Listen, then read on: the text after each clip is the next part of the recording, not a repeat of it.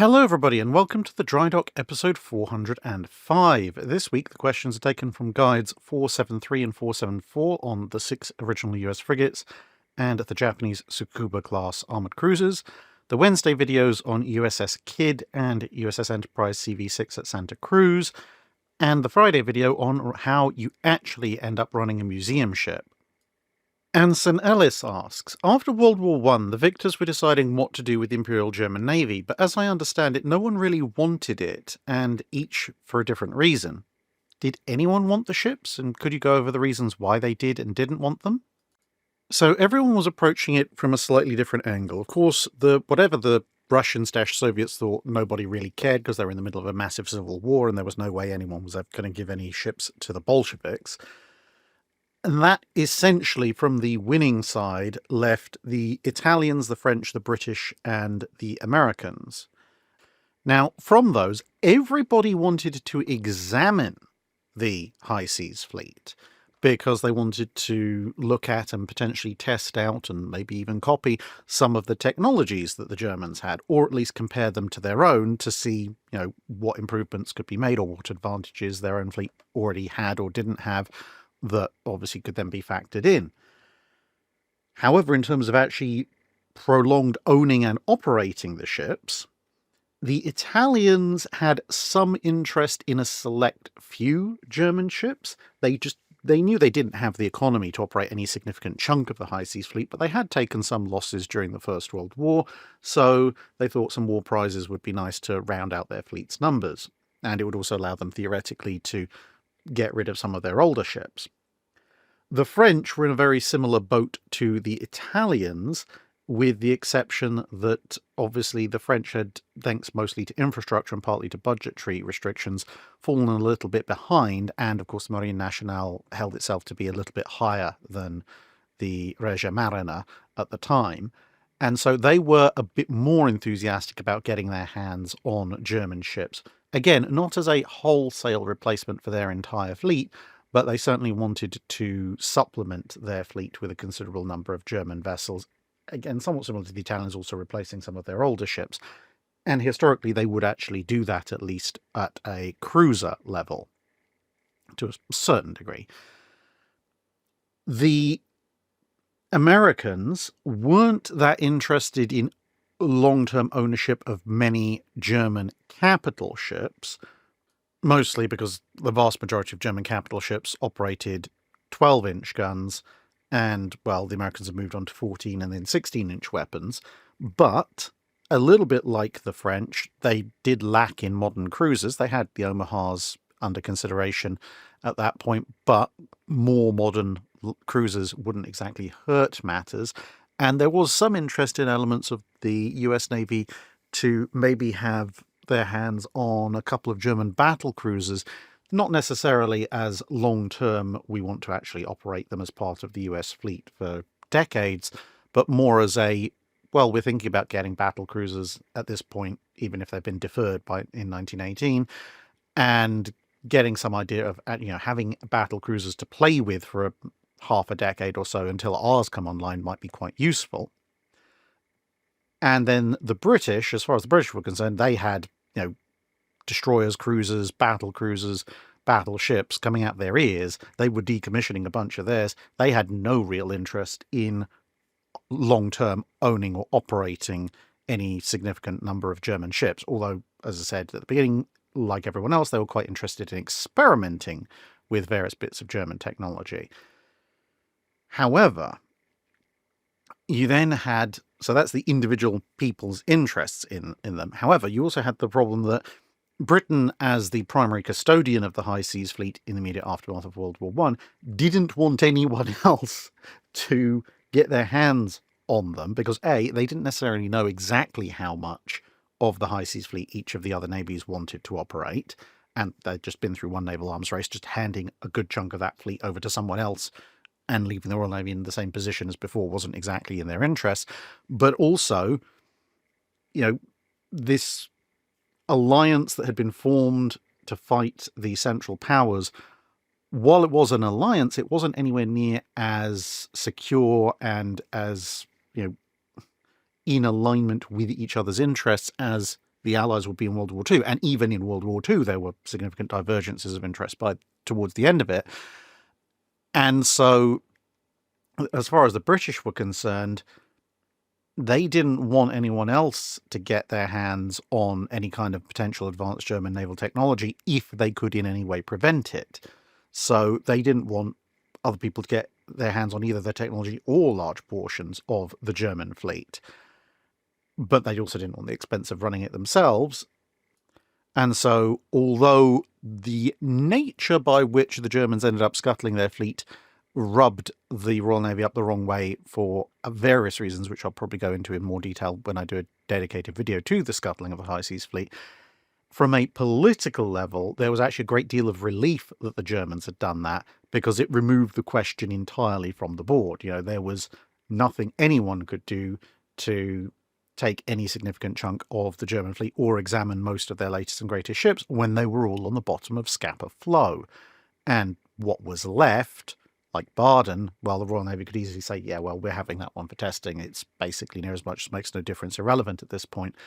And as I said, the French got their hands on some cruisers and so on and so forth. But essentially what was left after that scuttling was mostly the very much older German capital ships that nobody had any interest in, either to operate or numerically or technologically, like the Nassau's, and a few, light cruisers and bits and pieces, which, as I said, did get farmed out. BK Zhong asks, would you argue that the 6 frigates met the battlecruiser mission profile? I do see this come up quite a lot online, but I would argue no, they don't quite meet that criteria. So I guess, well, there's multiple ways of looking at it, but the two most obvious ones would be what's the actual battlecruiser mission and what's the kind of generic, very pop culture rule of thumb idea of a battlecruiser. So the generic pop culture thing is something that's heavily armed enough to sink anything that can catch it and fast enough to run away from anything that can kill it, or words to that effect. And in that respect, although not necessarily the 6 frigates, but certainly the big 3 frigates, obviously including Constitution, although they kind of are at the upper end of that kind of profile, they don't actually completely fulfill it. One, because thanks to the way that sailing ships work as compared to steam-powered vessels, there are ships that are considerably more powerful than them, which can and would catch them in the right weather conditions. For example, some of the heavier razes, like the Majestic, which was chasing down the President at the time of its capture, absolutely outguns something like Constitution and can outsail it in rough to very rough weather and even high-medium seas, simply because it's a cut-down ship-of-the-line with ship-of-the-line rigging and ship-of-the-line hull, but considerable weight reduction from having a deck cut down from it. And in really rough seas, so, storm condition type events, even though it's a big frigate, Constitution is still a frigate. And in those conditions, where perhaps even a Razé might struggle, a big, chunky, but well-built ship-of-the-line, first-rate like Victory, could, and again, indeed did, not with Constitution, but with other frigates, run down those frigates in those weathers. So Constitution couldn't run away from anything that could kill it in all general weather conditions. Sure, in light airs and regular medium airs, it could, but not all the time, compared to, obviously, a battlecruiser theoretically could at any point. And even in those light to medium airs, while the American frigates, as particularly the big 3, including Constitution, were quite powerful, they weren't uniquely powerful. You did have other ships that carried just as much firepower and were just as quick, like Endymion, the French ships that she was derived from, and other Endymion-like vessels in the Royal Navy. They were just relatively rare. And then you have, obviously, the battlecruiser mission profile of commerce protection and destroying lots of smaller enemy commerce raiders. Well, as it turns out, the the US frigates were mostly in the War of 1812 used in the opposite way as commerce raiders rather than commerce protectors. Although, to be fair, the US Navy, even in the 1900s, looked at battlecruisers in that potential light. But of course, they were originally built to protect commerce from Barbary corsairs and so forth. And in that respect, in their original use, both in the Quasi-War and in the Barbary Wars, you could potentially argue they are fulfilling the battlecruiser mission to an extent, in that they are going out protecting commerce, destroying less powerful enemy commerce raiders, and attacking enemy territory. But to be fair, they aren't necessarily uniquely capable in that regard, because, well, you have the other 3 frigates of the 6, the slightly smaller ones, which are equally capable of doing that job, and indeed any number of decent 5th rates in any number of navies would be able to do that job. So they're not doing a uniquely battlecruiser-like mission in that respect. I would say if you're going to look at them through the lens of kind of the classic battlecruiser era, i.e. 1900 to 1910, the 3 big frigates, at least, of the US 6, so Constitution and her 2 siblings in that regard, I think they more fulfill the role of the large armoured cruiser, kind of the, if you like, almost the semi-dreadnought / semi-battlecruiser style of armoured cruiser that you see right at the very end of the armoured cruisers period. So something like a Minotaur at the lower end, or Edgar Quinet, for example, or if you want to go slightly higher end, maybe something like Rurik or Blucher, something in that region where they're at the upper end of their type, in this case obviously large frigates, and they're certainly more capable than most, but they are not uniquely more capable than everything of their rough classification. And they are vulnerable still to being hunted down and destroyed by certain larger elements. And of course, they can be mobbed by slightly smaller vessels of their similar classification.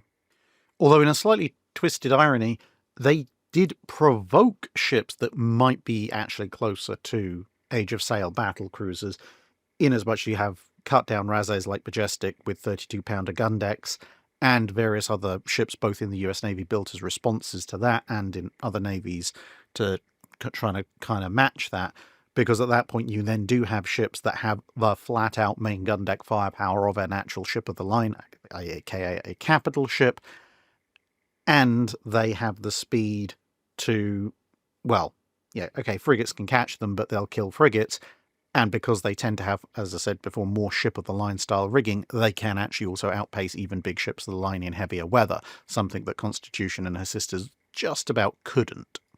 Lee Anthony asks, what is live and white oak? So live and white oak are 2 separate species of oak that were used in the construction of various US ships, including famously USS Constitution. Live oak, otherwise known by its scientific name of Quercus virginiana, and white oak, which is Quercus alba, are both found on the US East Coast. And when you compare that to English oak, or Quercus robur, which is also known as European oak, which is what you tend to find, shockingly enough, in Europe, both white oak and live oak are somewhat harder and somewhat stronger than European oak. White oak is a little bit stronger in both in sort of hardness, crushing, elasticity, etc. It's just a little bit better. However, it is also somewhat heavier. So if you have a cubic foot of European oak, that weighs 42 pounds. A cubic foot of white oak weighs 47 pounds. And then live oak is massively more hard, stronger, etc., than both white and English oak. But a good chunk of the reason for that is it is also considerably heavier. It has a dry weight of about 63 pounds per cubic foot, which incidentally is around about 1,000 kilos per cubic meter, which people will recognize very quickly is extremely close to the specific gravity of water. In fact, that is the specific gravity of water, but not seawater. So in other words, a ship made purely of live oak, technically speaking, would not have any buoyancy in and of itself, or very, very little. The only buoyancy would be in the air that it contains as it sinks into the water. There's also some other differences between white oak and live oak. White oak shrinks considerably more once it's been cut and processed. And as a result, when you have ships like Constitution, what they tended to do is they would build the frames of the ship out of live oak, which would obviously give it immense strength. But because of, well, mostly, to be honest, that weight, they would build the planking and various other parts of the hull out of white oak, which is considerably lighter, much closer to European oak, so that overall the ship's wooden structure would be somewhat buoyant in and of itself, i.e. you fill it with water, it will still technically stay on the surface, barring, of course, weight of ballast and guns and all that other kind of stuff. And the fact that white oak shrinks a little bit more than average for either live or English oak doesn't matter so much for planking, because you're steaming and carving and all sorts of things with that anyway, so by the time it's been processed and shrunk down, you'll have probably taken off enough that that's not going to matter anyway. The other thing is that white oak tends to have the thinnest trunks, so you can get lots of decent planking off of a white oak, but if you want major ship timbers, with a white oak you can do it, but you may struggle, whereas with a live oak, which has actually the thickest overall trunk diameters, you are going to probably get those nice big heavy knees and heavy frames and so forth much more often from live oak. Although the European oak does have the dual advantages of not only being the lightest of the three, but also gets the tallest of the three, so you might get more different cuts of wood out of European oak. Stratil Jerker asks, is the dark part of the hull at 7 minutes and 5 seconds into the Six Frigates video copper plating? And if so, why isn't it trimmed to a straight line just above the waterline? I always thought it would be trimmed like that so you get all the benefits while saving as much of the expensive copper as possible. So that would be this image, and yes, in theory that should either be the copper or some other kind of anti-fouling cladding that's been stuck on the ship. However, you'll notice if you look further up above the gun deck, this is from the time period when Constitution is acting as an accommodation vessel. It's very much out of service. This is 1858, so yeah, it probably is copper at that point. But being a receiving vessel, she's not going anywhere, certainly not anywhere fast, and therefore not being expected to sail along. You don't need to take huge amounts of care and attention with exactly what line your anti-fouling coating is, as compared to if you actually were going to take the ship to sea. Also, to be perfectly fair, although she's listed at this point as being ready for launch, or relaunch I should say, she's clearly not entirely finished, so it's also possible there may be some trimming or additional stuff left to do to her at this point. Almirante Brown asks, the Imperial Japanese Navy ordered 6 armoured cruisers from the British, the Germans, and the French before the Russo-Japanese War. How did the build quality, power plant performance, and handling characteristics differ between the ships? And did any shipyard or shipyards stand out for the quality of their work or the lack thereof? I've read that the French-built cruiser didn't age as well as those built by the British or the Germans, and is there any truth to that? So these are actually quite an interesting study, because the Japanese issued the same set of specifications to the British, German and French yards, obviously, as I said, ordering 6 ships, 4 from the British, 1 from the Germans, 1 from the French. And they also said, these are the guns you're going to use. So they all have a pair of twin 8-inch turrets and 6-inch secondary batteries, etc., etc. But essentially they're giving exactly the same specification to a bunch of different shipyards and saying, okay, now this is what we want, this is what we're going to pay you for, please come back to us with a decent armoured cruiser. But you end up with armoured cruisers that have roughly a 600 to 700 ton weight range difference, the lightest being the French one at just over 9,200, one of the British ones being the heaviest at just over 9,700 tons, and everything kind of in between. The British ships are funnily enough, the fastest and also the most heavily armed, in that they managed to squeeze an extra pair of 6-inch guns for a total of 14 into their designs, whereas the German ship and the French ship have only a dozen 6-inch guns each, so they lose a pair. So if you're interested, the British-built ones are the Osama, Tokiwa, Iwate, and Izumo. The German-built one is Yakumo, and the French-built one is the Azuma. Power plant levels are a little bit all over the place, between 15,000 and 18,000 indicated horsepower, although I should note that the ones that have 18,000 indicated horsepower, that is the Azuma from France and the two Osamas from the UK, are the ones that are credited at 21 knots. The ones that are slightly less powerful also go slightly slower, so I guess that all worked out.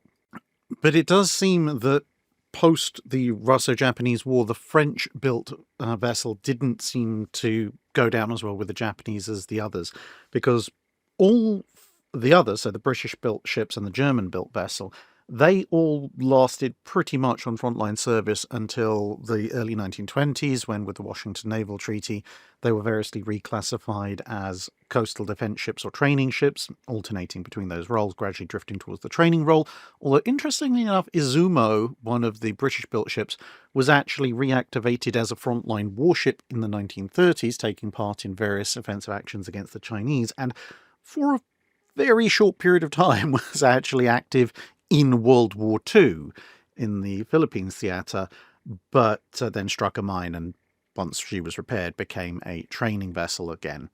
However, the French-built vessel, the Azuma, was out of frontline service and on training duties about a decade earlier than her 5 half-sisters, so just in the very early part of the 1910s, and she was downgraded very quickly to basically a near stationary vessel. So around about the time her half-sisters were becoming either coastal defense ships or training ships, she was, in the early 20s she was basically being turned into a stationary vessel because her machinery was in poor shape, and she was the only one that was actually completely taken out of naval service by the time of World War II.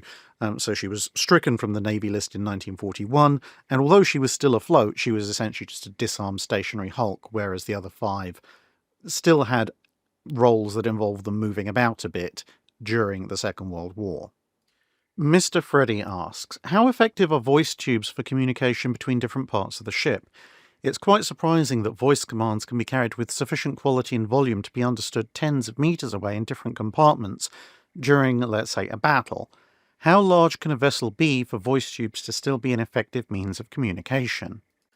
So it varies somewhat, because the amount of attenuation you get to a sound going through a voice tube is inversely proportional to the diameter and therefore the cross-sectional area of said tube. So you have a typical tube like you might see here. This one's on HMCS Haida. Typical naval voice tube, about 2 inches in diameter. You will lose about 30 decibels of volume per 300 feet.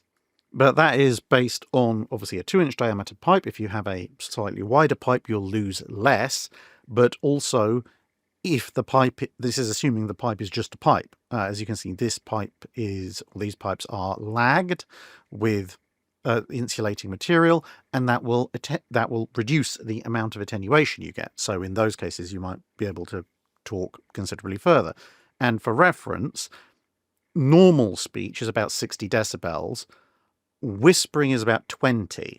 So assuming you lose 30 decibels over 300 feet, someone speaking normally into a voice tube at one end of a 300-foot tube, you would still be hearing something at about 30 decibels, so probably the level of quiet conversation or very, very loud whispering at the other end, assuming no other reduction measures for reducing the amount of volume lost were in place. And if someone was to speak up and just speak in a slightly louder voice, which is usually around 70 decibels, then you would obviously be getting about 40 decibels of noise at the other end of a uninsulated 300-foot voice tube, which, again, would be more than enough to hear. If you have insulation measures or you have larger tubes, then, of course, you can go even further. And you might be immediately thinking, well, hang on a minute, some ships are 800, 900 feet long. Isn't this a problem? Well, you've got to remember that the vast, vast majority of what's going on in a ship is concentrated in roughly the middle third of the ship. So even a ship that's 900 feet long, you're only talking probably about 300 to 400 feet in the middle where most stuff is going on, and most of the distance involved is vertical because things, for example, on the bridge are going to be communicating with people down in the engine room. The engine room, the boiler room, tends to be almost directly below and slightly aft in most cases. So the distances for those voice tubes are probably actually going to be considerably shorter than 300 feet. Again, not allowing for things like extra insulation and so forth. And of course, if, say, someone on the bridge is trying to talk to someone in the forward turret or the aft turrets, the bridge is partway along that length, which is going to cut the horizontal distance down still further. So, for all practical purposes, a voice tube can communicate across any arbitrary length of the ship. You would have issues if you were, say, in the paint locker in the bow and you were trying to talk to somebody in the steering room at the aft end of the ship, but no one was going to run a voice tube that long anyway, and why would you need to talk to them in the first place? If there was something seriously wrong right up near the bow, you would report to the bridge or the backup command center, whatever that happened to be on your ship, and that distance would usually be more than easily covered from somewhere near the bow to there, and if they then needed to talk to someone further aft, then they could relay that through a separate tube. Be Too Tall asks, looking at you on the foredeck early in the video on USS Kidd, it made me wonder how common was it for members of the crew to be washed overboard during combat when the ship might have been taking extreme evasive action? Surprisingly, actually not very common at all. I can see exactly why you might think that.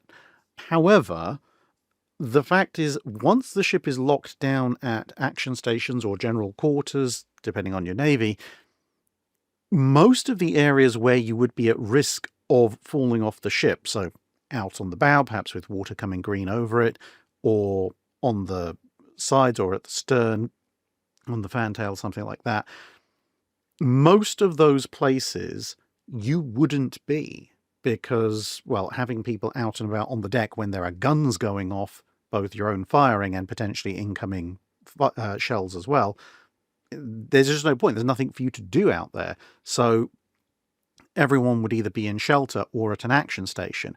Now, as you get further into the Second World War and there's more and more light and medium anti-aircraft guns on board, of course, that does mean more and more people in exposed positions. But one, you tend to be either strapped or semi-strapped or seated into a gun position, which gives you at least something to hold on to, if you're not even directly secured to it. And also, even though those positions are obviously quite important, generally speaking, they're not actually manned for the most part when the ship's going into something like a surface gun duel, because what are you going to do with an Orkan 20mm against an enemy cruiser? Nothing. Okay, right, so there's no point in you being out there and just being shrapnel fodder. Of course, if the ship comes under air attack, that's a very different thing, and the ship may well be taking evasive action while it's under air attack. But again, at that point, you should be either strapped into your gun or holding on with something very close nearby to hold on to, and not right at the edge of the ship where water might be coming up. Now, that's not to say it didn't happen, especially if you're doing stuff like manning depth charge rails and launchers, which tend to be at the back of the ship, which is also obviously usually the lowest point on the ship relative to the water. And people did sometimes make mistakes, but it was a rare event for someone to be lost overboard during combat simply because the ship took a violent turn and they stumbled and fell over. People getting blown off the ship in action by a nearby explosion and landing up in the water that way was far more common. Atypical Programmer asks, at the Battle of Santa Cruz, could those Wildcats that tried to strafe the incoming Japanese torpedoes have actually had any chance of stopping the torpedo with their guns? After all, bullets don't tend to travel underwater that well. Generally speaking, unfortunately not. Now, you've probably all seen the Mythbusters experiments where they shoot guns into water to see how far the bullets go, and the 50 cal that they use doesn't go tremendously far. It's probably dangerous down to about 3 or 4 feet. Now, with strafing Wildcats, they would have a slightly more effective depth. simply because the machine guns, although they're still 50 cals, the machine guns that they use have slightly higher muzzle velocity than your typical 50 caliber rifle. And also there is a certain element of their diving. They are imparting, to a certain extent, their own velocity to the bullets as well. So the bullets are going to be striking with somewhat more energy, somewhat faster, and therefore they're going to go somewhat deeper. Now, of course, there is the whole thing that this experiment discovered, which is actually really fast rounds have more problems than slower rounds. But when you're talking about really fast rounds, which are going to have these issues anyway, going particularly fast is obviously going to let you go a bit deeper. So I'd say, rule of thumb, 6 foot or so would probably be at the depth that these bullets could reach and do some degree of damage. Now, on top of that, of course, you have to factor in the sea conditions. So if the sea conditions are, say, I don't know, 10-foot waves, so the difference between the wave and the trough is 10 feet, then the average sea state is going to be at the 5-foot level. So that's adding another 5 feet or so if you're shooting into a trough as opposed to a crest. So at that point, you might, as with a strafing Wildcat, at the maximum, reach down maybe 10 feet to and still have some effect. Now, as it so happens, an average depth of about 10 foot is the upper end, i.e. the shallower settings, for a airdrop torpedo that's actually running properly. And now, so if the torpedo had been set to run at a relatively shallow depth, and either the sea condition was quite high, or the torpedo was running a little bit shallower than its depth setting strictly said it should, or the Wildcat pilot got very lucky, then it would just about be within the scope of the extreme edge of theoretical capabilities for the Wildcat to actually hit it. And obviously, if it's running really shallow because of some malfunction, then yes, you absolutely could hit it. But if the torpedo was set for, say, 20 feet and was, roughly speaking, following that depth setting, then no, the strafing Wildcat wouldn't really stand much of a chance of doing anything to it. Alexei asks, have you ever considered making a huge collab with multiple talents presenting these kinds of major battles like Santa Cruz, complete with voice acting, World of Warship style animations, etc., etc.? I mean, it would be the dream, but to be perfectly honest, it's not really practical in the current YouTube environment, simply because it would cost massively more than I would ever make on such a video, to the order of, not only would it be, I guess you could term a loss leader, but I would have to sit down and seriously think about, can I afford to invest this kind of money in what we'd be doing? Now, of course, if everybody is collabing together, you could argue, well, surely everyone is just giving of their time and talents freely.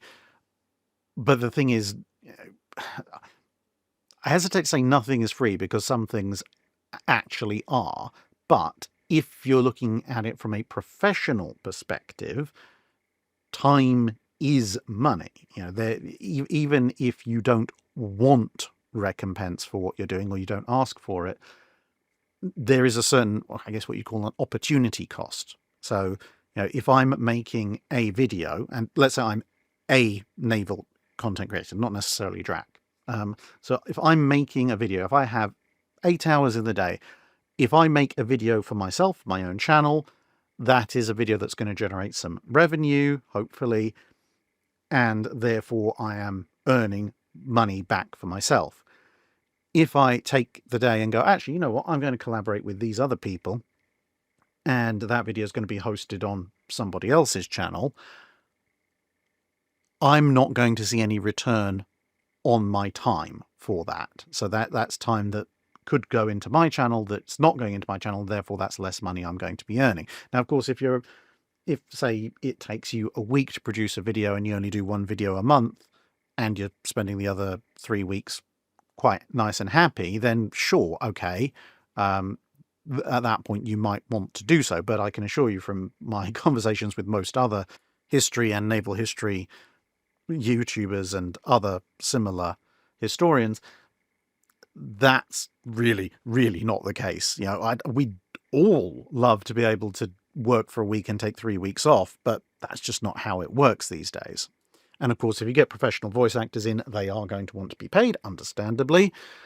But even if you've got multiple talents weighing in, whether they be other YouTubers, non-YouTuber historians, voice actors, etc., even if everyone is prepared to put their time in nominally for free, if you're still going to do something like World of Warships animations, then, well, A, that kind of software and 3D models cost money, but even assuming that somebody who has that already is prepared to jump in, that takes time and usually money as well. So all of this realistically is adding up to a fair old bit of cost.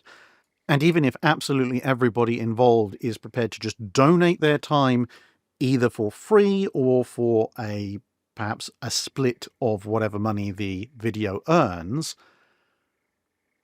it's still going to take a huge amount of time, a huge amount of cat herding to sort out.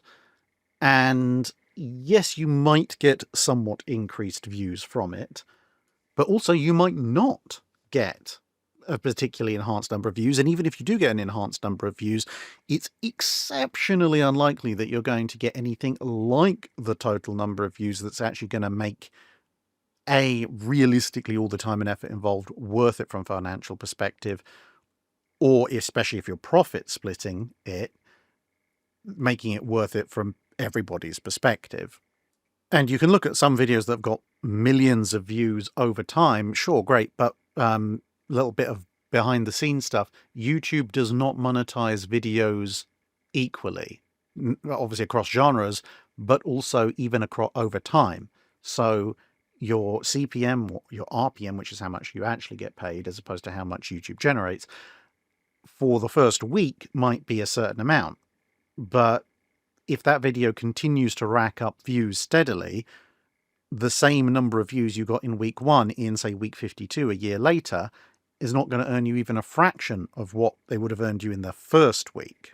So you really have to essentially go viral and get all those views right up front. And even if you get 1 million views up front, for the kind of time and effort I could foresee you having to put into this kind of level of collaboration that you're describing, even if no one wanted to be paid up front, you'd have to hit well over 1 million to make the costs back and make it worthwhile for everyone. So given all that, and assuming I am actually, going to provide fair compensation for everyone who's going to lump in for something like this, I'd have to sit down and go, look, am I prepared to spend £3,000-4,000, possibly more than that, to create a video, and I'm never going to see most of that money again? I mean, heck, for the Jutland video that I did, we had some voice actors there, obviously, plus the licensing fees from IWM for the footage that I put into the Jutland documentary series, plus the cost of building and painting those 250 plus miniatures. And even if I don't pay myself anything, just those costs plus the various archive trips and books that I purchased for it, if I add all of that up, despite the fact that those 3 Jutland videos and then the combined version I did afterwards have all done pretty well, and I am very proud of them, I don't think I've actually made any money off of that, realistically speaking. I mean, sure, that you could argue I've probably made a bit of money off of it over the longer term in terms of people watching those videos and then coming to watch other videos, which has then obviously added more views and more revenue to the channel generally. But I'd be very surprised if even once all that is taken into account that it's made much more after costs than most average videos that I make normally. This is why, for example, a lot of people who obviously have teams working with them only really release videos when they have sponsors, because that's about the only way to break even. And while I have a little bit of an advantage in that I am literally a one-man band sitting in the midst of my giant library, and therefore I don't have to worry about paying other people on a regular basis, the flip side of that is I am just one person. Any and all money that comes into the channel, as obviously well as being reinvested into the channel for things like trips and more archive visits and more books and stuff, it is also literally the money that keeps a roof over my family's head and keeps the lights on. So I have to be very careful about what I spend that money on. Now, if someone wants to commission a video, or there's some really big sponsor lined up that wants a specific video on a specific topic, that that can change things, because then a lot of the costs are already met, and then you can be a lot more free about how big and fancy you go with it. But realistically, this is why, TV companies and even to a certain extent large gaming companies are the only ones who can pull together significant amounts of animation. And even then, especially with TV documentaries, you see them reusing the same shots over and over and over. If there were 28 hours in a day, I'd teach myself how to do really high-end 3D animation, and then I'd do it all myself, and then you'd have a lot more 3D animation. But unfortunately, many though my talents may be, they don't extend that far at the moment. Captain Seafort asks, on the subject of museum ships moving up and down with the river levels, how much does this affect HMS Belfast? Given that she is in the tidal section of the Thames, does the Imperial War Museum have to move her around to account for extreme low tides, or is the Pool of London deep enough at that point that it isn't an issue? So the London Pool, which is the highest navigable portion of the Thames for large vessels, still does experience a fairly significant tidal shift, as anyone who's been there for a day or so will be able to tell you. However, it is also a relatively deep part of the Thames, and when Belfast went into there, they actually dredged out a specific portion of the riverbed for her to sit in. Now, obviously, over time, with the river flow and so forth, that will start to fill in, but as far as I am aware, they do periodically maintain that dredged area to allow the ship, obviously, to remain afloat. So she will always have water under her keel, but it is something that they do have to worry about and maintain on not a monthly basis, but certainly on a semi-yearly basis or so. And that's why she's moored at the end of a long gantry, because depending on what period of the tide you arrive at, you either are walking to get aboard the ship down a fairly steep slope, or in some cases actually walking slightly up a slope and everything in between. Just depends on what level the tide is at the time. Vicky asks a series of questions about casements and anti-aircraft mountings, so as is traditional with these questions, I'm going to just blitz through them and mention each question as we go, because they're kind of all as one big pack. So firstly, why were twin-gun casemates, i.e. two guns stacked side by side, never really a thing? The Americans and the French were looking at them for their battleship secondary batteries in the World War I period, but what prevented this from panning out for the most part? Simply the restrictions that those things imposed. A single gun casement, like you can see here on USS Texas, I believe, the gun can be manually traversed, and indeed in the early versions had to be manually traversed, but later on, when power assistance came in, if something happened to the power assistance, you could still manually traverse a single 5 or 6 inch gun. You twin them up, you're not really going to be manually traversing those anytime soon, certainly not with any degree of speed that's actually useful as a secondary battery. Also, you have double the crew in a relatively confined space, so you're not actually going to get double the rate of fire. You maybe get a 50% increase in rate of fire in exchange for doubling the crew and doubling the weight of the armament, which isn't really a great return on investment. And while casemates are sometimes protected against similar caliber shells, sometimes they're not, and they're definitely not protected against heavy caliber shells, so it's concentrating a fair amount of manpower and firepower in an area that's actually quite vulnerable. And then looking back at your ranking of naval anti-aircraft guns of World War II, how would the rankings change if they concentrated solely on evaluating the capability of the guns themselves, like you did for the battleship gun ranking, rather than the combination of the gun and the mount? There would probably be a fairly substantial change at that point. Now, some weapons like the, hey, we fired a round, now we have to chamber and load another single round, German 37mm, is never going to score particularly highly thanks to that. Other guns, like say the 5.25, might score considerably better, because the 5.25 outside of the cylindrical gun mounting that you see on the Didos and the King George V's, and indeed as you see in the octagonal version on Vanguard, was capable of considerably more rapid fire. And if you were to put it in a box turret style or box mounting situation like the 5-inch 38, you could probably push the rate of fire up even more, which would make it even more competitive, obviously, and then it's got longer range and so forth. It's not going to quite reach the 5.5-inch 38's rate of fire, but it could get close, at which point its ballistic efficiencies and advantages could push it over and above the 5-inch 38.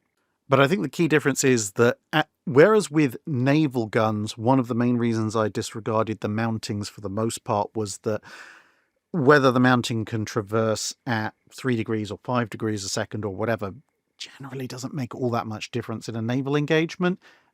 And the height of elevation, again, unless you're talking about guns with a very specifically limited elevation, it generally doesn't make too much odds. If you can elevate 20 to 30 degrees, especially 25 to 30 degrees, you can generally fire out to as far a range as is practical at the time. Yeah, sure, if you can elevate 40 or 45 degrees, you can fire to absurd ranges. You're not going to hit anything at those ranges, so it really doesn't matter. But in the anti-aircraft department, whether your gun can traverse and elevate fast enough to actually track incoming aircraft is a rather important part of whether or not it's going to work properly, and so obviously that had to be taken into account a bit more. And then related to that, given that for quite a number of guns subpar range was a big issue, how much could the performance of those guns have been improved by giving them longer barrels for a higher muzzle velocity, and why wasn't this done historically? It very much depends on the gun. If you put a dramatic extension on the gun barrel, then you're looking first at problems with gun barrel droop and wobble, because you're firing quite quickly through the gun, so you're going to get a lot of heat build-up, which is obviously going to affect your accuracy and potentially the actual lifespan of the gun. Plus, of course, it's making the gun heavier, which is going to make it more difficult to traverse if it's manually traversed, and it's going to need bigger, chunkier motors if it's power traversed, and potentially could move some guns out of the emergency manual traverse capability and purely into must be powered to traverse. And of course, if you've got a longer barrel, generally speaking, you're going to have a bit more energy, therefore a bit more recoil, and therefore you will actually probably slow the rate of the gun down in terms of rate of fire slightly. Simply because more energy, more recoil, therefore more distance to travel and or more time spent absorbing the recoil as compared to the shorter barrel. Now, that's the general. There are going to be some weapons that have relatively short barrels, like the 40mm pom-pom, that maybe could have benefited from a small extension to make them, say, 45 caliber weapons instead of 39 caliber weapons. But for the most part, with most anti-aircraft guns, the issues I just highlighted will apply. The other thing you've got to remember is that improving the range of lighter weapons like anti-aircraft machine guns doesn't necessarily help you all that much, because the round is relatively light, so it's still going to lose velocity somewhat faster than a heavier weapon like a 20mm or 40mm or whatever. But also there is a degree of correlation between weapon range and weapon lethality per hit. So even if you were able to come up with some kind of 70 or 80 caliber 50 cal machine gun that could reach out as far as a 40mm, hitting the target with a 50 cal round versus hitting the target with a 40mm round, the 40mm round, certainly towards the end of World War II, one or two of those will probably put an aircraft down or at least throw it off course. A couple of 50 cal hits, probably barely going to register unless you get very lucky. And lastly, in this little series of questions, if a first rate didn't enclose its upper gun deck or even suppress that gun deck entirely, would it have saved enough weight for it to get a uniform heavy battery on the two remaining gun decks? It seems to me a ship of the line with two full gun decks of long 32s would have horribly outmatched any other two-decker in a gunfight, and would have only really have had to make sure they stay out of boarding range of nearby three-deckers. Theoretically possible, but, well, boarding is still quite a thing during most of the Age of Sail.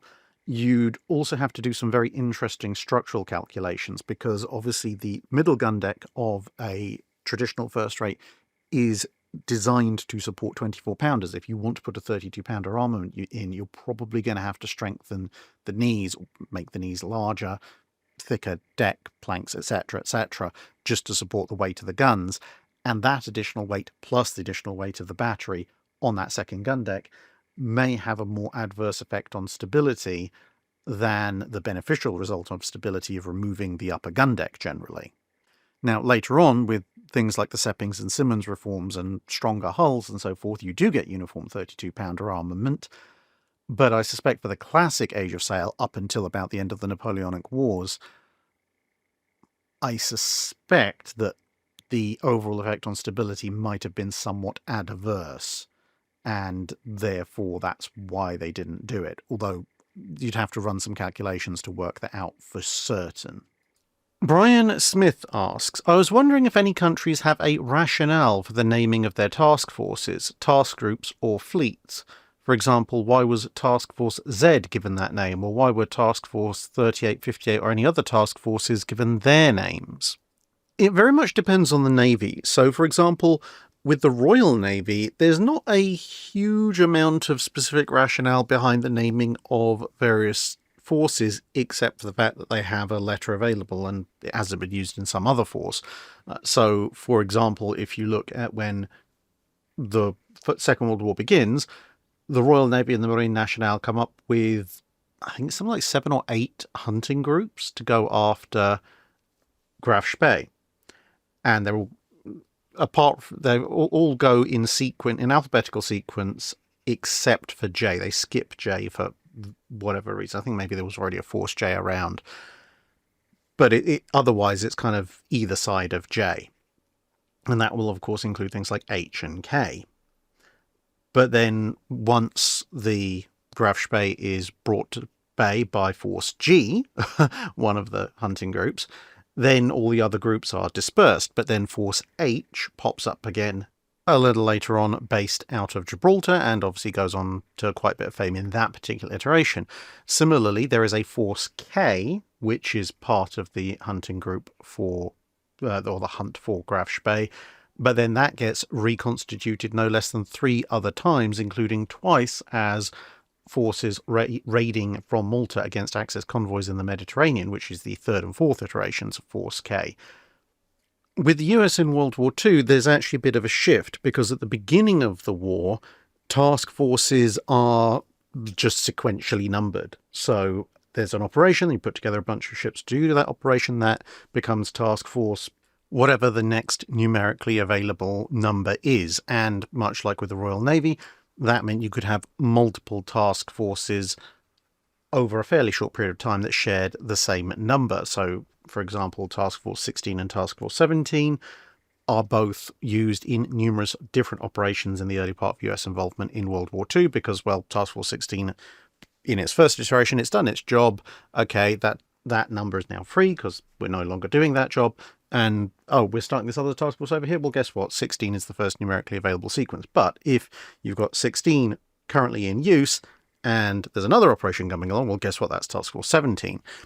That changes partway during the war, because the US Navy gets split in terms of task force numbers and fleets into not just a Pacific fleet and an Atlantic fleet, but the odd-numbered fleet numbers are tasked to the Pacific, and the even-numbered fleet numbers are tasked to the Atlantic. And then task force numbers are based on the first digit being the fleet that they're in, and then the second digit being, again, sequential up the line. So that's why, for example, the main fast carrier strike force, when Halsey is in command, and it's part of 3rd Fleet, it's Task Force 38. When it's Spruance's command, and it's part of 5th Fleet, it's now Task Force 58. And Admiral Kincaid's units that fight the Battle of Surigao Strait, because they're in 7th Fleet, their task force number begins with a 7. Nathabron Hongsharon asks, what year did German surface warship design abandon efficiency? Scharnhorst displacement was somewhere between North Carolina and Alaska, but had Alaska-level firepower with North Carolina-level protection. And so that kind of makes a bit of sense. The Panzerschiff were almost treaty compliant and could have had a, for example, quadruple 8-inch gun instead, and steam turbines could have done 30 knots. But compared to these respective predecessors, the Bismarcks gained 10,000 tons and the Hippers gained 5,000 tons. So when did the Germans stop inventing and just opt to throw money at the problem instead? I don't think it's a matter of so much that they stopped inventing, but there are 2 main factors in play. Firstly, the Germans are lacking a certain degree of experience, and that is becoming more and more apparent as time goes on in the interwar period. Because you've got to remember, with the Panzerschiff, the Deutschlands, they are designed, actually in terms of starting the design process, relatively soon after all the various restrictions are imposed on Germany. So they will still have a small cadre of if you like, original flavour design stuff. And the Scharnhorsts, while they are designed kind of halfway through the interwar period, roughly speaking, there's still going to be some holdover from that. Plus, of course, the Scharnhorsts are somewhat below the treaty limits, so, and as you say, they have limited armament, so you can afford to play around with your options a bit more there. Bear in mind, the Deutschland design process actually begins in about 1925, so we're only talking 5 or 6 years after the final elements of the Versailles Treaty have been hammered out. So by the time you get to the Hippers and the Bismarcks, you do have that element of, well, just lack of design work, therefore atrophying of expertise, leading to some inefficient decision-making processes. But the other problem, I would say, is that institutionally, certainly at a capital ship level and heavy cruise level, and potentially at levels further down with things like destroyers, I think the Kriegsmarine starts to get things a little bit of a tail chase. Now, what I mean by that is that when it comes to designing the Panzerschiff, in the mid-1920s, the Germans they know they have to keep, roughly speaking, to that 10,000 ton limit. And when you look at the various designs that they come up with, everything from 12-inch coastal defense battleships to something vaguely resembling what you end up with the Deutschlands, they're going, okay, we have 10,000 tons to play with. What can we actually do on 10,000 tons? And, you know, they're looking at the various options. They go, well, we like this, but not this. Can we have these two together? Well, not on 10,000 tons. You can't. Oh, okay, well, we'll have to go with this instead. And even with the Scharnhorst, there is a degree, especially from on high, of not wanting to antagonize the British. It's one of the reasons the Scharnhorst go for 11-inch instead of 15-inch guns. And so, again, it's a case of, well, we could do this, that will add a bunch of weight to the ship, theoretically give us more performance, but that will make it bigger and make it look like more of a threat, and now we've been told we're not allowed to do that, so we can't. Whereas by the time you get to designing the Hippers and Bismarcks, as I said, you end up in this kind of tail chase of people going, well, we want to build the absolute best ship ever, so here is our basic design spec, and they kind of, you know, in terms of anti-surface firepower, anti-air firepower, speed, protection, etc. And they go, okay, well, this is what we want, so we're going to build a ship to fit this spec, which isn't necessarily a bad thing if you're not trying to comply with treaty requirements. But then they end up going, oh, yeah, okay, well, that's great, but if we tweak this and add this, then everything gets slightly better. And people go, okay, yeah, but that you just added 500 tons, and now the ship's sitting too low in the water, so we have to make the ship slightly bigger. But if we make it bigger, now it needs more engine power because it displaces more, and that means the machinery rooms have got to get bigger. And okay, now the machinery spaces are bigger, so we need more armor, but the armor weighs more, and factor in the fact that, you know, this is happening with everything from pumps to armor layout to speed to exactly how many anti-aircraft and secondary guns are going to have, to where they're going to be laid out, and so on and so on and so on and so on. You end up with this spiral where they're forever chasing the perfect balance, and you end up miles north of where you actually should be. The same thing happens, as I say, with the Hippers. So you end up not really being able to design a ship that's toe-to-toe competitive on a similar weight compared to someone like the US or the UK, which just maintain a much stronger ship design bureau. And on top of that, you end up with an awful lot of pointless extras slapped in, either just because they can or because, as I said, they're chasing features and they think this is going to help. I mean, you sometimes see people making this big song and dance about just how much pumping capacity Bismarck has. You know, how much water could she pump out in the event of hull breaches? And you kind of look at it and go, if at some point you end up using anything close to this amount of pumping, if it is going to be worth it and effective, that means you have about that much water coming in. And yeah, if you have that much water coming in, when we're talking about tens of thousands of, hundreds of thousands of gallons, thousands of tons of water, it's all like, well, if you have holes in your ship such that you're admitting several destroyers' displacement worth of water every quarter hour or whatever, you have much, much bigger problems to deal with that having a bunch of additional pumps are not going to solve. You would have been far better off taking some of the weight that you put into that pumping capacity and putting it in things that meant you didn't need to use that pumping capacity, like more armour, or a better laid out, more efficient armour scheme, or, almost anything else. I mean, it's like, it would be like, I don't know, building a modern people carrier and boasting that the thing has 56 separate automatic fire extinguishers inside, but we also made the interior out of flash paper. Yeah, sure, it's extremely survivable if it does catch fire, but it is going to catch fire at the drop of a hat, and maybe if you just, sacrifice some of the weight and took out, I don't know, 50 of your 56 automatic fire extinguishers and use the save weight to make the interior out of something slightly less flammable, you wouldn't need all fire extinguishers. Vinve asks, the modern US Navy has a 30-year shipbuilding plan. Now, this is an actual plan for maybe the next 5 years, and it may either take place or not, but what was the longest building plan during the period the channel covers, and did it work out? I think it depends on how specific you want to get, because, I mean, technically speaking, planting forests of trees that you're not going to be able to use for the next 150 to 200 years is a shipbuilding plan, because you're looking forward to going, okay, well, we need timber to build ships, because timber is the latest and greatest building material for ships, and to be honest, at that point, it's been the only shipbuilding material for thousands of years. And so they're thinking, okay, well, we'll plant this forest in the year of our Lord 1780, and our descendants in 1980 will be able to build whatever the latest and greatest in ship construction is at that point if we plant these trees. But that's a more general kind of, we want to have the materials available to build warships at that point. It's not, in 200 years we are going to build this kind of ship.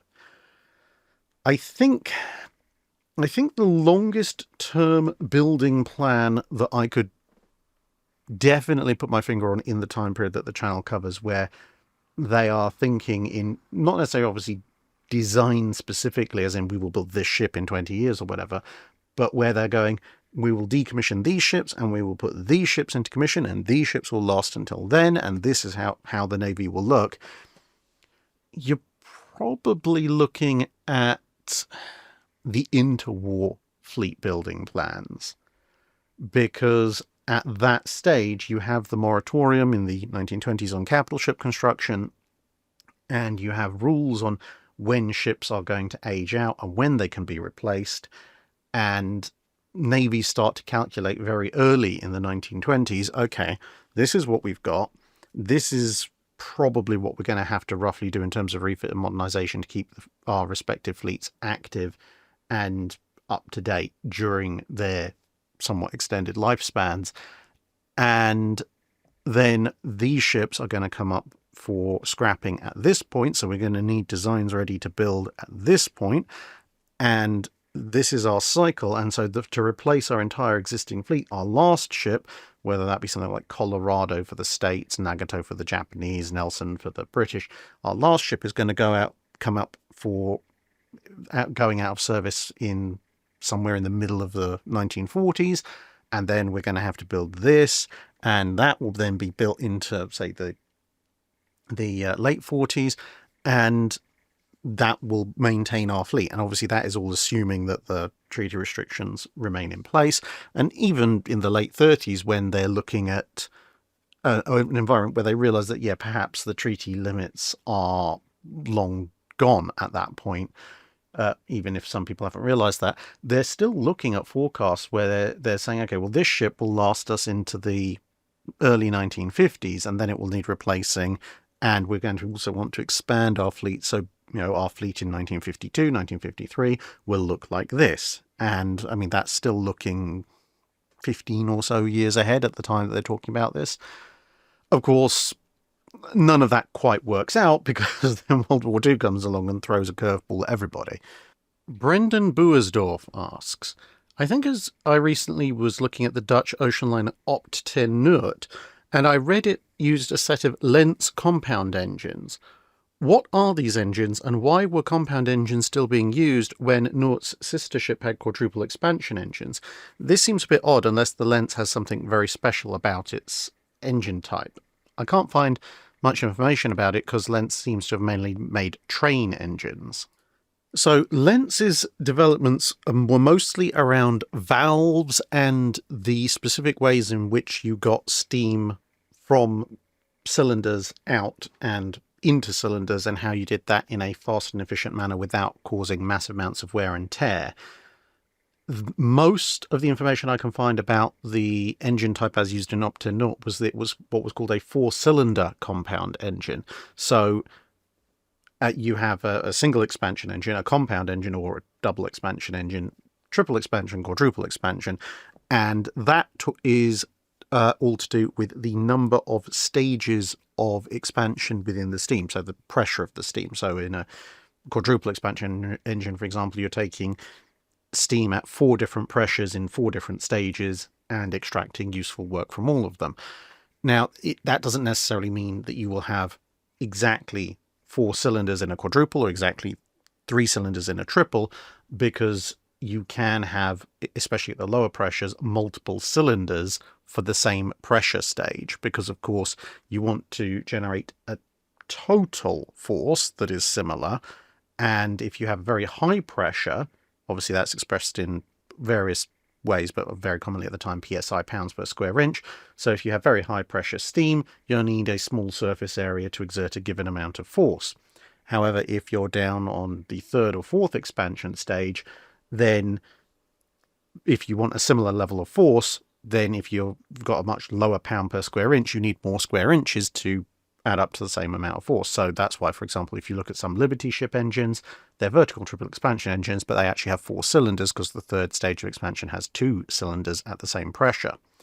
So in the case of the Lens compound engines, they appear to have had 2 cylinders at each stage of expansion. So they're 4 cylinders, but they're compound engines, so 2 expansion stages.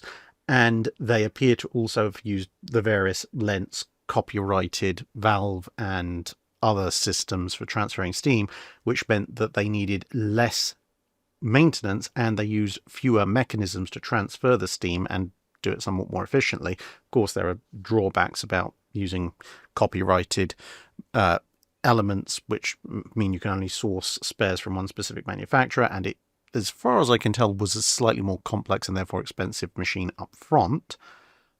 But technically speaking, you could get away with a 4-cylinder compound engine that would give you a similar power output roughly to a more conventional triple or quadruple, because you were saving the energy that you'd lose being transferred between the cylinders with the Lens system.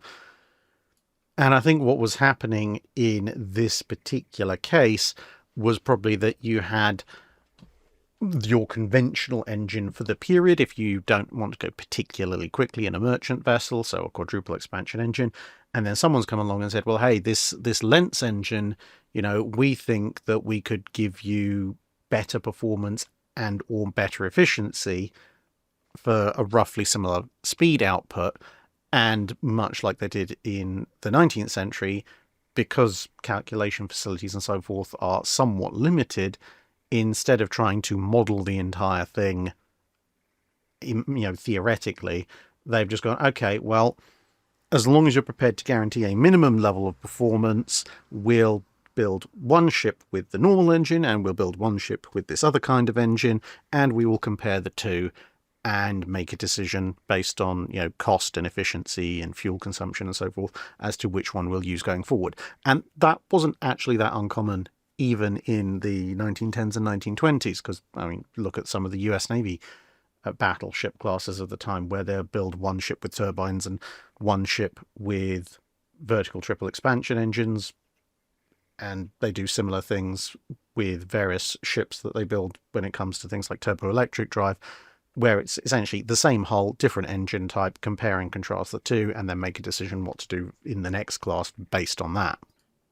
Robert Henry Ilston asks, when a national navy, like the Royal Navy, captured a vessel during the Age of Sail, such as a French vessel during the Napoleonic Wars, would they rearm her with English cannon or keep the original weaponry? And what would happen to the old guns? There would be a lot of variation depending on exactly how the captured ship was armed. Now, well, as most of you probably already know, the French were using their livre system. It's also translated into English as French pounds. But essentially it was a system that was a slightly heavier weight fractionally than the British imperial pound. But of course, the greater the weight in terms of individual units, the more that compounds. So if you captured say a French frigate with 12 or 18 or 24 pounder or livre guns, you could keep those in place because, bear in mind, there's a reasonable amount of windage, basically a space allowing for variation in ammunition types. So a French 18 livre, for example, would be near enough as much, makes no difference, identical to a British 18 pounder. Certainly the ammunition would be interchangeable, so they would tend to keep those guns as a baseline. If, however, you had a 36 livre French gun, say if you captured a ship of the line and those were its lower gun deck main armament, well, at that point, the shot weight and the caliber was actually considerably greater than the standard 32 pounder, and maneuverability and injury issues aside, the simple fact is Britain didn't manufacture 36 livre iron shot. So apart from the stuff that was already in the ship, you were either faced with, do we start up a whole new production chain for this limited number of French heavy guns that we don't even particularly like, or do we just pull them out and put in 32 pounders? And the answer was you pull them out and put in 32 pounders. The other reason you might change up a ship's armament is if you weren't particularly satisfied with it. So, for example, if you captured a big French frigate, but it was only armed with 18 pounders, and you're talking about a period around about the War of 1812 or just after, you might look at it and go, actually, you know what, I think we can stick 24 pounders in there. The 18 pounders are perfectly serviceable, and we'll use them on something else, but just not on this ship. The flip side is, of course, you might end up with a ship and you go look at it and go, yeah, that thing, it's got a main gun deck of 24 pounders. But honestly, that thing, under that strain, it'll be fine for about 2 months, and then it's going to start working itself apart, and we want to put this thing on, half-year, year-long deployment, so we're pulling the 24-pounders out and we're putting in 18s, and maybe we'll stick some 24 or 32-pounder carronades up top just to make up the balance of the firepower. But that's more of a, an organisational thing rather than a specific, like with the 36 livre of, we just can't supply the ammunition for this thing because it's too much of a faff. As for what would happen to the old guns, well, as I said, if they're interchangeable, like 12, 18 or 24 pounders, they just go back into the pool and be issued out to a ship that needed them. Because guns varied widely enough that if you got issued a British 24 pounder or a French 24 pounder on a brand new ship, you still have to work out roughly what this particular gun's characteristics were anyway, even if you'd had one or the other type before. But with guns that couldn't be used particularly much, like the 36 livres, there were a few different things you could do with them. You could, of course, send them to be melted down and reused as and remade into other guns. You could use them as not decoration, but as street furniture. So a lot of old decommissioned cannons end up like that. That's why a lot of English traffic bollards, British traffic bollards look the way they do, and indeed some of them are actually still old cannon, just nose down. Or the other thing that would sometimes happen is they'd be shipped off to coastal fortifications, because coastal fortifications didn't expect to go through anywhere near as much powder and shot as ships did. And forts don't tend to move, so the safety factors are somewhat less, at which point you might turn around and say, okay, well, we've got this chain of coastal forts we've had to build because of the latest invasion scare, but to be perfectly honest, they're probably not going to do a huge amount unless until some random warship shows up in an invasion, at which point there'll just be a lot of gunnery that day and probably not again. So let's ship the 36 livres up there, and we'll send what stock of cannon shot that we got with the ship when we captured it up to them as well, and well, they'll eventually burn through that doing a few practice firings. I'm sure we'll come across some more 36 livre shot at some point when we capture another French ship, and it'll be enough to keep those things vaguely topped up. Martin Smith asks, in the classic 1950s book on pseudoscience, fads and fallacies, Martin Gardner writes, there is good evidence that sections of the German Navy actually used the pendulum above huge maps of the North Atlantic in an effort to locate enemy battleships. He doesn't give any references, and I wonder if this really did happen. So, in other words, did they try and scry for enemy battleships? I mean, honestly, I don't know. Weird pseudoscience and the occult not usually being something that you run into massively while you're doing research on warships. Although it does pop up perhaps occasionally more than you might think, but nonetheless, it's not something I'm a huge expert in.